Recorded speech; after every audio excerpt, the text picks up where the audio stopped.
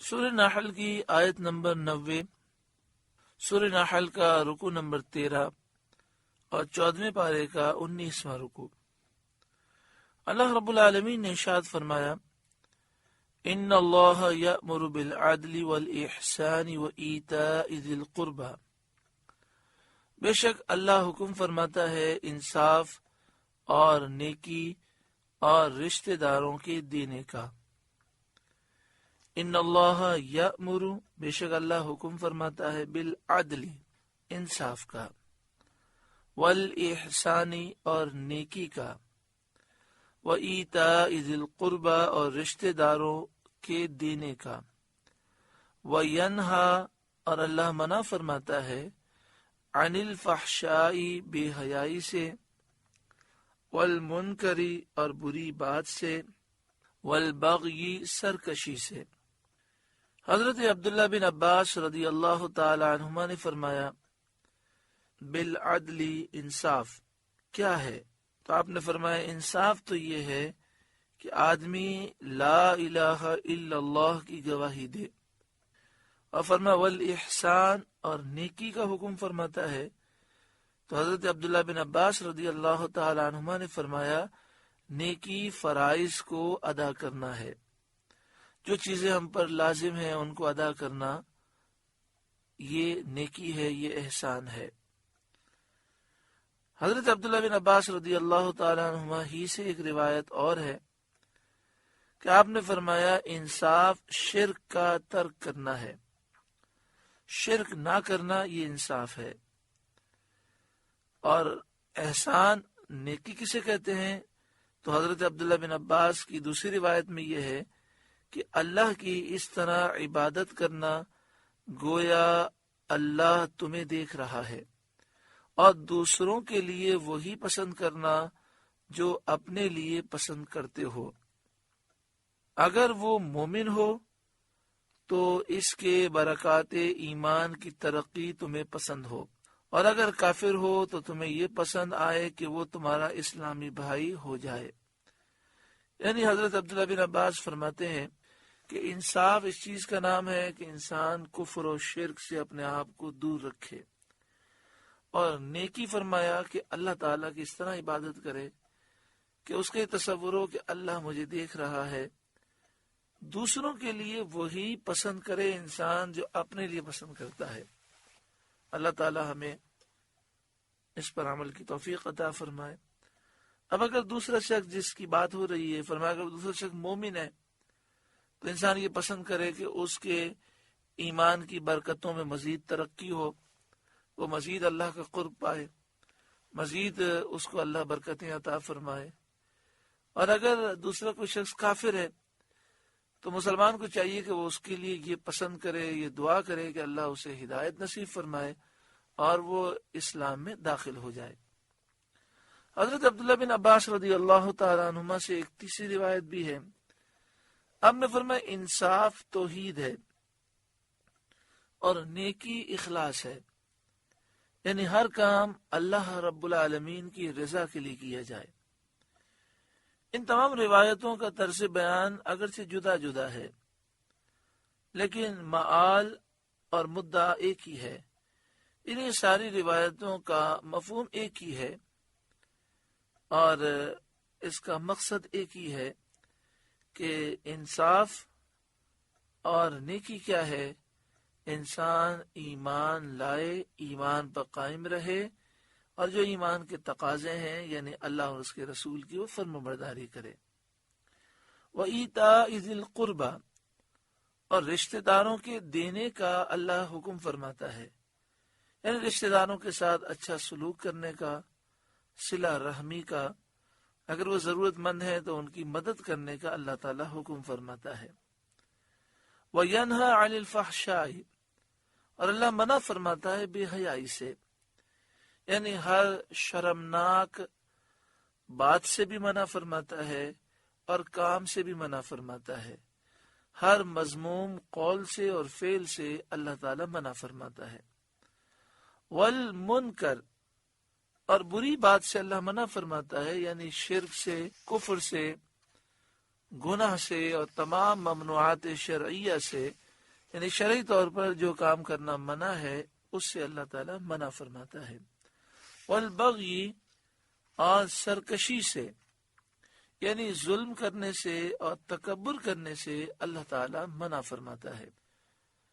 ایک تفسیر یہ ہے کہ عدل ظاہر اور باطن دونوں میں برابر حق اور اطاعت بجا لانے کو کہتے ہیں۔ ایک تفسیر یہ ہے کہ عدل انصاف کیا ہے کہ انسان ظاہر میں بھی فرما بردار ہو، ظاہر بھی اس کا نیک ہو اور باطن بھی اس کا نیک ہو، اور احسان یہ ہے کہ باطن کا حال ظاہر سے بہتر ہو، یعنی ظاہر بہت نیک ہو لیکن احسان یہ ہے کہ جتنا ظاہر نیک ہے اس سے زیادہ باطن نیک ہو۔ اور فحشاء، بے حیائی، منکر، بری بات، اور البغی، سرکشی، یہ ہے کہ ظاہر اچھا ہو اور باطن ایسا نہ ہو۔ ظاہر انسان اچھا بنائے اور اندر کا حال، باطن کا حال برا ہو۔ لوگوں کے سامنے انسان اچھا بن کے پھرے، جلوتیں تو صحیح ہوں، خلوتیں صحیح نہ ہوں، لوگوں کے سامنے کچھ ہو، پیچھے سے کچھ ہو، تو فرمایا یہ بے حیائی ہے، یہ بری بات ہے، یہ سرکشی ہے۔ بعض مفسرین نے فرمایا کہ اس آیت میں اللہ تعالیٰ نے 3 چیزوں کا حکم دیا اور 3 چیزوں سے منع فرمایا۔ عدل و انصاف کا حکم فرمایا، تو عدل و انصاف تو مساوات کا نام ہے، اقوال میں اور افعال میں قول و فعل سب یکساں ہو اور ظاہر باطن یکساں روشن ہو۔ اور اس کے مقابلے میں فحشاء، بے حیائی ہے، اور بے حیائی کا مطلب ہوتا ہے کہ کبھی اقوال اور افعال، یعنی قول و فعل گندے ہوں۔ احسان کا حکم فرمایا، وہ یہ ہے کہ جس نے ظلم کیا اس کو معاف کرو، اور جس نے برائی کی اس کے ساتھ بھلائی کرو۔ اللہ تعالیٰ اس پر ہمیں عمل کی توفیق عطا فرمائے۔ کہ مفسرین میں سے بعض مفسرین فرماتے ہیں کہ احسان کا مطلب یہ ہے جس نے ظلم کیا اس کو معاف کرو، اور جس نے برائی کی اس کے ساتھ بھلائی کرو۔ اور اس کے مقابلے میں منکر ہے، تو بعض مفسرین فرماتے ہیں منکر کا مطلب یہ ہوتا ہے محسن کے احسان کا انکار کرنا۔ جس نے آپ پر احسان کیا ہے اس کے احسان کا انسان انکار کر دے اور احسان فراموشی کرے۔ تیسرا حکم اس میں یہ دیا گیا کہ اس آیت میں رشتہ داروں کو دینے اور ان کے ساتھ صلہ رحمی اور شفقت اور محبت کا حکم فرمایا۔ اس کے مقابلے میں البغی ہے، اور وہ اپنے آپ کو اونچا کھینچنا اور اپنے علاقے داروں، رشتہ داروں کے حقوق تلف کرنا ہے، یعنی انسان غرور و تکبر میں مبتلا ہو اور اپنے رشتہ داروں، دوست، احباب کے جو حقوق ہیں وہ تلف کرے۔ حضرت عبداللہ بن مسعود رضی اللہ تعالیٰ عنہ نے فرمایا کہ یہ آیت تمام خیر و شر کے بیان کو جامع ہے، یعنی اس آیت میں خیر و شر کو مکمل بیان کر دیا گیا۔ حضرت عثمان بن مظعون رضی اللہ تعالیٰ عنہ اسلام لائے، تو آپ کے اسلام کا سبب یہی آیت کریمہ ہے۔ آپ فرماتے ہیں جب یہ آیت کریمہ نازل ہوئی اور میں نے سنی تو ایمان میرے دل میں جگہ پکڑ گیا، اور اس آیت کا اثر اتنا زبردست ہوا کہ ولید بن مغیرہ اور ابو جہل جیسے سخت دل کافر یہ بھی اس آیت کی تعریف پر مجبور ہو گئے، ان کی زبانوں پر بھی تعریف آ گئی۔ اس لیے یہ آیت ہر جمعۃ المبارک کے خطبے کے آخر میں پڑھی جاتی ہے۔ ان اللہ یأمر بالعدل والاحسان وایتاء ذی القربى، بے شک اللہ حکم فرماتا ہے انصاف اور نیکی اور رشتہ داروں کے دینے کا، وینہی عن الفحشاء والمنکر والبغی، اور منع فرماتا ہے بے حیائی اور بری بات اور سرکشی سے، یعظکم لعلکم تذکرون، تمہیں نصیحت فرماتا ہے کہ تم دھیان کرو، غور و فکر کرو، سمجھو۔ وَأَوْفُوا بِعَهْدِ اللَّهِ إِذَا عَاهَدتُّمْ، اور اللہ کا عہد پورا کرو جب قول باندھو۔ یہ آیت ان لوگوں کے حق میں نازل ہوئی جنہوں نے رسول کریم صلی اللہ علیہ وآلہ وسلم سے اسلام پر بیعت کی تھی۔ انہیں اپنے عہد کے وفا اور پورا کرنے کا حکم دیا گیا۔ یہ حکم انسان کے ہر عہد، نیک اور وعدے کو شامل ہے، یعنی جب بھی کوئی شخص جائز عہد کرے، وعدہ کرے، تو اس کو لازمی پورا کرے۔ وَلَا تَنْقُضُوا الْأَيْمَانَ بَعْدَ تَوْكِيدِهَا، اور قسمیں مضبوط کر کے نہ توڑو۔ وَقَدْ جَعَلْتُمُ اللَّهَ عَلَيْكُمْ كَفِيلًا، اور تم اللہ کو اپنے اوپر ضامن کر چکے ہو۔ یعنی جب تم نے اللہ کے نام کی قسم کھا لی تو تم اپنے اوپر اللہ کو ضامن کر چکے ہو، تو اب قسم نہ توڑو بلکہ قسم کو پورا کرو۔ ان اللہ یعلم ما تفعلون، بے شک اللہ تمہارے کام جانتا ہے۔ ولا تکونوا کاللتی نقضت غزلها من بعد قوت انکاسا، اور اس عورت کی طرح نہ ہو جس نے اپنا سوت مضبوطی کے بعد ریزہ ریزہ کر کے توڑ دیا۔ یعنی تم عہد اور قسمیں توڑ کر اس عورت کی مثل نہ ہونا۔ مکہ مکرمہ میں ریتا بنت عمر نامی ایک عورت تھی جس کی طبیعت میں بہت وہم تھا اور عقل میں فتور تھا، یعنی اس کا دماغی توازن درست نہیں تھا۔ وہ دوپہر تک محنت کر کے سوت کاتا کرتی، یعنی وہ کپڑا دھاگے سے بنا کرتی اور اپنی باندیوں سے بھی کتواتی، اور دوپہر کے وقت اس کاتے ہوئے کو توڑ کر ریزہ ریزہ کر ڈالتی اور باندیوں سے بھی توڑواتی۔ یہی اس کا معمول تھا۔ معنی یہ ہے کہ اپنے عہد کو توڑ کر اس عورت کی طرح بے وقوف نہ بنو۔ تتخذون ایمانکم دخلا بینکم، اپنی قسمیں آپس میں ایک بے اصل بہانہ بناتے ہوئے، ان تکون امۃ ہی اربا من امہ، کہ کہیں ایک گروہ دوسرے گروہ سے زیادہ نہ ہو، یعنی ایک بے اصل بہانہ بناتے ہوئے قسمیں نہ توڑو۔ اور یہاں جو فرمایا گیا کہ کہیں ایک گروہ دوسرے گروہ سے زیادہ نہ ہو، تو حضرت مجاہد رضی اللہ تعالیٰ عنہ فرماتے ہیں لوگوں کا طریقہ یہ تھا کہ ایک قوم سے حلف کرتے، معاہدہ کرتے، جب دوسری قوم اس سے زیادہ تعداد یا مال یا قوت میں پاتے تو پہلوں سے جو حلف کیے تھے، وعدے کیے تھے، معاہدے کیے تھے، توڑ دیتے اور اب دوسرے سے حلف کرتے۔ اللہ تعالیٰ نے اس کو منع فرمایا اور عہد کے وفا کرنے کا حکم دیا۔ انما یبلوکم اللہ بہ، اللہ تو اس سے تمہیں آزماتا ہے کہ مطیع اور عاصی ظاہر ہو جائے۔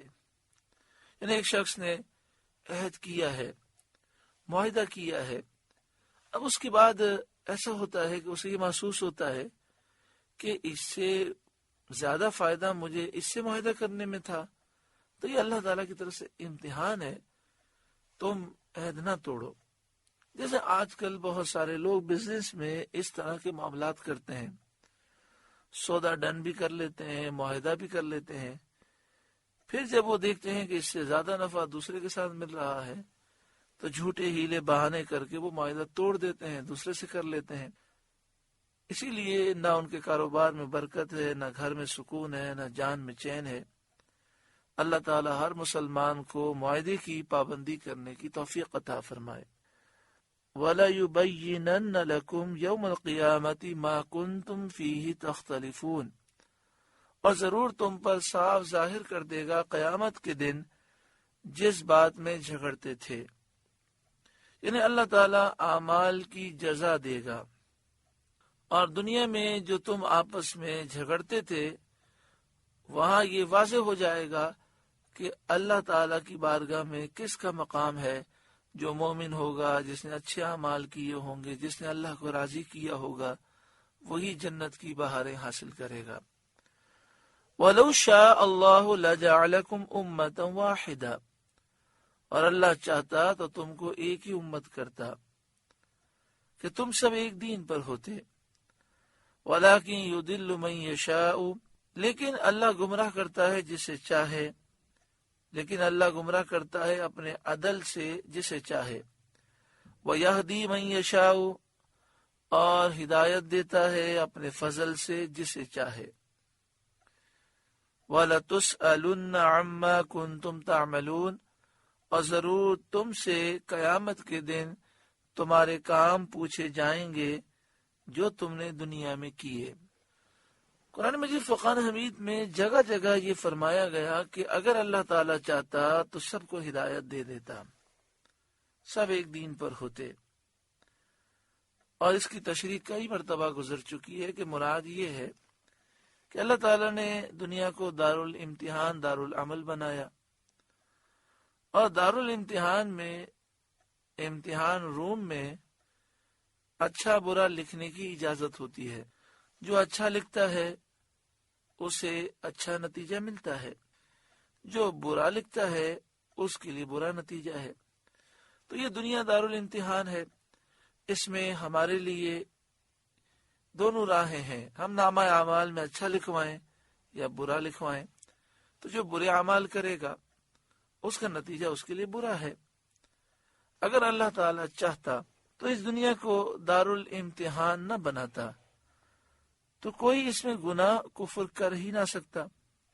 لیکن اس کی مشیت ہے کہ اس نے اختیارات دیے تاکہ جو نیک لوگ ہیں، جو اللہ کی فرمانبرداری کریں، انہیں اللہ تعالیٰ آخرت میں صلہ عطا فرمائے. ہم دعا کرتے ہیں کہ اللہ تعالیٰ ہمیں بھی نیک لوگوں میں شامل فرمائے اور اپنے فضل سے ہمیں ایک کامیاب زندگی عطا فرمائے. وَلَا تَتَّخِذُوا أَيْمَانَكُمْ دَخَلًا بَيْنَكُمْ، اور اپنی قسمیں آپس میں بے اصل بہانہ نہ بنا لو.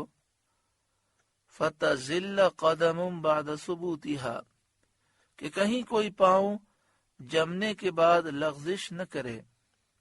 یعنی کوئی پاؤں راہ حق اور اسلام کے طریقے سے جمنے کے بعد لغزش نہ کرے. وَتَذُوقُوا السُّوءَ بِمَا صَدَدتُّمْ عَنْ سَبِيلِ اللَّهِ، اور تمہیں برائی چکھنی ہو بدلہ اس کا کہ اللہ کی راہ سے روکتے تھے. یعنی تم پر اللہ تعالیٰ کا عذاب آ جائے. وَلَكُمْ عَذَابٌ عَظِيمٌ، اور تمہیں بڑا عذاب ہو آخرت میں.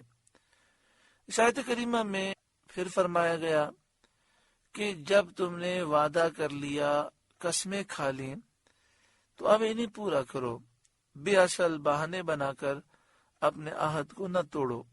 کیونکہ انسان جب گناہ کرتا ہے تو گناہ کرنے سے اس کا ظاہر بھی برا ہوتا ہے، باطن بھی برا ہوتا ہے، دل بھی کالا ہوتا ہے، اور بسا اوقات گناہ انسان کو کفر کی طرف لے جاتے ہیں. وَلَا تَشْتَرُوا بِعَهْدِ اللَّهِ ثَمَنًا قَلِيلًا، اور اللہ کے عہد پر تھوڑے دام مول نہ لو. دنیا کی ذلیل دولت کی خاطر عہد نہ توڑو.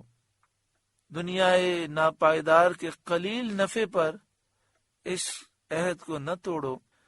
تم نے عہد کیا ہے کہ تم مسلمان ہو. مسلمان جب لا الہ الا اللہ محمد رسول اللہ پڑھتا ہے تو معنی یہی ہے کہ اللہ کے سوا کوئی معبود نہیں، محمد اللہ کے رسول ہیں صلی اللہ علیہ وسلم. اور ایک طرح سے یہ عہد ہے کہ وہ اللہ اور اس کے رسول کی فرمانبرداری کرے گا. دنیا کی ذلیل دولت کی خاطر انسان اگر اللہ اور اس کے رسول کے فرمان کو چھوڑ دے تو یہ دنیا تو ایک نہ ایک دن چھوڑ کر جانی ہے.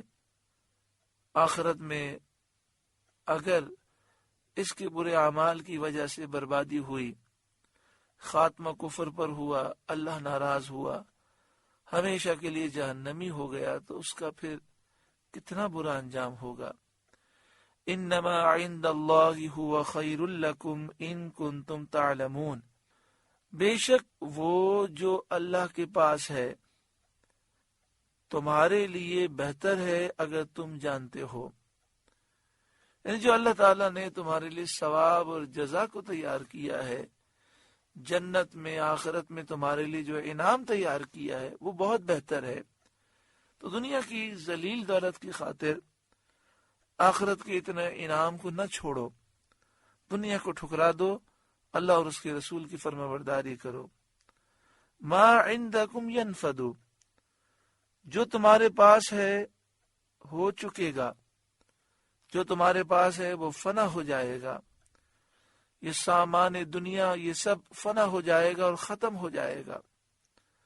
وما عند اللہ باق، اور جو اللہ کے پاس ہے ہمیشہ رہنے والا ہے، یعنی اللہ تعالیٰ کی رحمت کے خزانے اور آخرت کا ثواب ہمیشہ رہنے والا ہے۔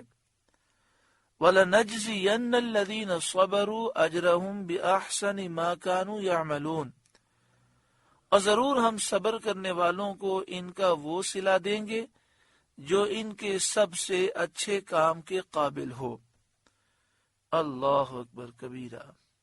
اعلی حضرت امام اہل سنت امام احمد رضا علیہ رحمہ کے خلیفہ صدر الافاضل حضرت علامہ سید نعیم الدین مراد آبادی علیہ رحمہ تفسیر خزانہ العرفان میں تفسیر ابو سعود کے حوالے سے لکھتے ہیں، یعنی ان کی ادنا سے ادنا نیکی پر بھی وہ اجر و ثواب دیا جائے گا جو وہ اپنی اعلیٰ نیکی پر پاتے۔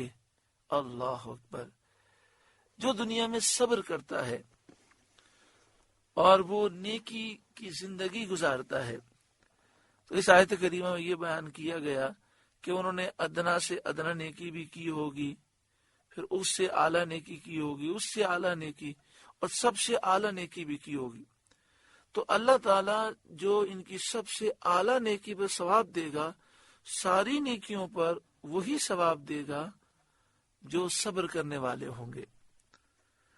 وَلَنَجْزِيَنَّ الَّذِينَ صَبَرُوا أَجْرَهُمْ بِأَحْسَنِ مَا كَانُوا يَعْمَلُونَ، اور ضرور ہم صبر کرنے والوں کو ان کا وہ صلہ دیں گے جو ان کے سب سے اچھے کام کے قابل ہو۔ سمجھانے کے لیے ایک مثال ہے کہ ایک شخص نے نیکی کی، اس کا ثواب اسے 1 ملا، ایک نیکی کی اس کا ثواب اسے 10 ملا، ایک نیکی ایسی کی اس کا ثواب اسے 700 ملا۔ تو اللہ تبارک و تعالی یہ کرم فرمائے گا کہ جو صبر کرنے والے ہوں گے ان کو ہر نیکی کا اعلیٰ ہی ثواب دیا جائے گا۔ من عامل صالحا من ذکر او انثى، جو اچھا کام کرے مرد ہو یا عورت، وہو مؤمن، اور ہو مسلمان، یہ ضرور شرط ہے، کیونکہ جس کا عقیدہ خراب ہے، جو کافر ہے، مشرک ہے، یہودی، عیسائی ہے، ہندو ہے، یا قادیانی مرزائی ہے جو اپنے آپ کو احمدی کہتے ہیں، یا کوئی صحابہ کرام، اہل بیت اطہار، اولیاء کرام، انبیاء کا گستاخ، بے ادب ہے، بد عقیدہ، بد مذہب ہے، جس کے عقائد کفریہ ہیں، تو اس کے سارے نیک اعمال بیکار ہیں۔ چاہے ایسا شخص کلمہ بھی پڑھتا ہو، چاہے ایسا شخص تہجد پڑھتا ہو، لاکھوں روپے اللہ کی راہ میں دیتا ہو، لیکن جب عقیدے میں کفریہ عقیدہ ہے، سارے اعمال بیکار ہیں۔ عمل صالح کے موجب ثواب ہونے کے لیے ایمان شرط ہے۔ من عمل صالحا من ذکر او انثى وهو مؤمن، جو اچھا کام کرے مرد ہو یا عورت، وهو مؤمن، اس حال میں کہ وہ مسلمان ہو، مومن ہو۔ تو ایمان شرط ہے۔ اللہ تعالیٰ سے ہر دعا میں یہ دعا لازمی مانگنی چاہیے کہ اے اللہ تو ہمیں ایمان کی سلامتی نصیب فرما، دنیا سے ہم جائیں تو ایمان سلامت لے کر جائیں۔ حضرت انس رضی اللہ تعالیٰ عنہ فرماتے ہیں کہ نبی اکرم صلی اللہ علیہ وآلہ وسلم اکثر یہ دعا کرتے، اللہم مقلب القلوب ثبت قلبی علی دینک، اے دلوں کو پھیرنے والے میرے دل کو تیرے دین پر ثابت قدمی دے۔ حضرت انس سمجھ گئے کہ حضور تو معصوم ہیں اور انہی کے صدقے میں لوگ جنت میں جائیں گے، تو حضور یہ دعا جو کثرت سے کرتے ہیں ہماری تعلیم کے لیے ہے۔ تو حضرت انس نے پوچھا یا رسول اللہ صلی اللہ علیہ وسلم، کیا آپ ہمارے بارے میں اندیشہ کرتے ہیں کہ ہمارا ایمان ضائع ہو سکتا ہے؟ تو آپ نے ایک مثال دی کہ جیسے ایک میدان ہو، اس میں پرندے کا پر رکھا ہوا ہو، تیز ہوا چل رہی ہو تو وہ پر کو بڑی تیزی کے ساتھ الٹ پلٹ کرتی ہے، تو اس طرح دل کی کیفیتیں بدلتی ہیں۔ تو اللہ تعالیٰ سے یہ دعا بار بار مانگنی چاہیے کہ اے اللہ ہمارے دل کو اسلام پر ثابت قدمی عطا فرما۔ ام المومنین حضرت ام سلمہ رضی اللہ تعالی عنہا سے پوچھا گیا کہ نبی اکرم صلی اللہ علیہ وآلہ وسلم جب آپ کے بعد تشریف لاتے تو کون سی دعا کثرت سے کرتے؟ تو آپ نے فرمایا حضور اکثر یہی دعا کرتے ہیں، اللہم مقلب القلوب ثبت قلبی علی دینک، اے دلوں کو پھیرنے والے میرے دل کو تیرے دین پر ثابت قدمی عطا فرما۔ فَلَنُحْيِيَنَّهُ حَيَاتًا طَيِّبَةً، تو ضرور ہم اسے اچھی زندگی جلائیں گے، یعنی جب تک وہ دنیا میں رہے گا چین کی زندگی پائے گا، جو مومن ہے اور جس نے اچھے اعمال کیے۔ دنیا میں اللہ رزق حلال دے گا اور دنیا میں اسے قناعت کی دولت دے گا، اور آخرت میں جنت کی نعمتیں عطا فرمائے گا۔ قناعت کی دولت کسے کہتے ہیں؟ جیسے مثال کے طور پر کسی کو کچھ دولت ملتی ہے تو وہ خوش ہو جاتا ہے اور یہ سمجھتا ہے کہ یہ تو میری ضرورت سے بہت زیادہ ہے، اور اس کا دل اسے پانے کے بعد ہر غم سے آزاد ہوتا ہے۔ تو یہ تو اسے قناعت مل گئی کہ جو اسے ملا ہے اس پر وہ خوش ہے اور مزید ہوس نہیں ہے۔ اور جسے قناعت کی دولت نہیں ملتی، وہ کروڑ پتی بھی ہو تو یہ سمجھتا ہے میرے پاس کچھ بھی نہیں ہے، پریشان رہتا ہے۔ بعض علماء نے فرمایا کہ اچھی زندگی سے عبادت کی لذت مراد ہے۔ اللہ اکبر۔ فَلَنُحْيِيَنَّهُ حَيَاتًا طَيِّبَةً، تو کہتے ہیں کہ اللہ تعالیٰ ایسے مومنوں کو جو اچھے اعمال کریں گے سجدوں کی لذتیں عطا فرمائے گا۔ اور واقعی جب عبادت کی لذت ملتی ہے، بندہ قرآن پاک کی تلاوت کرے، سجدے کرے، طواف کرے، عمرے کرے، حج کرے، رمضان کے روزے رکھے، مسجد میں اعتکاف کرے، صلاۃ و تسبیح پڑھے، اگر ان چیزوں میں اسے لذت مل جائے تو اس لذت کا جو مزہ ہے اسے الفاظ بیان نہیں کر سکتے۔ وہ مزہ ساری دنیا کی دولت سے بہتر ہوتا ہے۔ مومن اگرچہ فقیر بھی ہو، اس کی زندگی دولت مند کافر کے عیش سے بہتر اور پاکیزہ ہے۔ یعنی مومن جو اللہ اور اس کے رسول کا فرما بردار ہے، نیک صالح ہے، چاہے وہ غریب ہو، وہ کروڑ پتی ارب پتی کافر سے بھی زیادہ سکون میں ہوتا ہے، کیونکہ مومن جانتا ہے کہ اس کی روزی اللہ کی طرف سے ہے، جو اس نے مقرر کیا ہے اس پر مومن راضی ہوتا ہے۔ مومن کا دل لالچ کی پریشانیوں سے محفوظ اور آرام میں رہتا ہے، اور کافر جو اللہ پر نظر نہیں رکھتا وہ حریص رہتا ہے، لالچی ہوتا ہے، اور ہمیشہ رنج میں، تکلیف میں، مشقت میں اور مال کے حصول کی فکر میں پریشان رہتا ہے۔ وَلَنَجْزِيَنَّهُمْ أَجْرَهُمْ بِأَحْسَنِ مَا كَانُوا يَعْمَلُونَ، اور ضرور انہیں ان کا اجر دیں گے جو ان کے سب سے بہتر کام کے لائق ہو۔ یعنی جو اللہ تعالیٰ کا فرما بردار ہوگا، نیک صالح ہوگا، اس نے چھوٹی نیکی بھی کی ہوگی اور بڑی سے بڑی نیکی بھی کی ہوگی، تو اللہ تعالیٰ بڑی نیکی پر جو اجر دے گا ساری نیکیوں پر وہی اجر انہیں عطا فرمائے گا۔ فَإِذَا قَرَأْتَ الْقُرْآنَ فَاسْتَعِذْ بِاللَّهِ مِنَ الشَّيْطَانِ الرَّجِيمِ، تو جب تم قرآن پڑھو تو اللہ کی پناہ مانگو شیطان مردود سے۔ یعنی قرآن کریم کی تلاوت شروع کرتے وقت اعوذ باللہ من الشیطان الرجیم پڑھو، یہ مستحب ہے۔ انہ لیس لہ سلطان علی الذین آمنوا وعلی ربہم یتوکلون، بے شک شیطان کا کوئی قابو ان پر نہیں جو ایمان لائے اور اپنے رب ہی پر بھروسہ رکھتے ہیں۔ وہ شیطانی وسوسے قبول نہیں کرتے۔ جو مومن ہیں، اللہ پر بھروسہ رکھنے والے ہیں، شیطان کے وسوسوں سے انہیں کوئی نقصان نہیں ہوتا۔ انما سلطانہ علی الذین یتولونہ، شیطان کا قابو تو انہی پر ہے جو شیطان سے دوستی کرتے ہیں۔ والذین ہم بہ مشرکون، اور اسے شریک ٹھہراتے ہیں،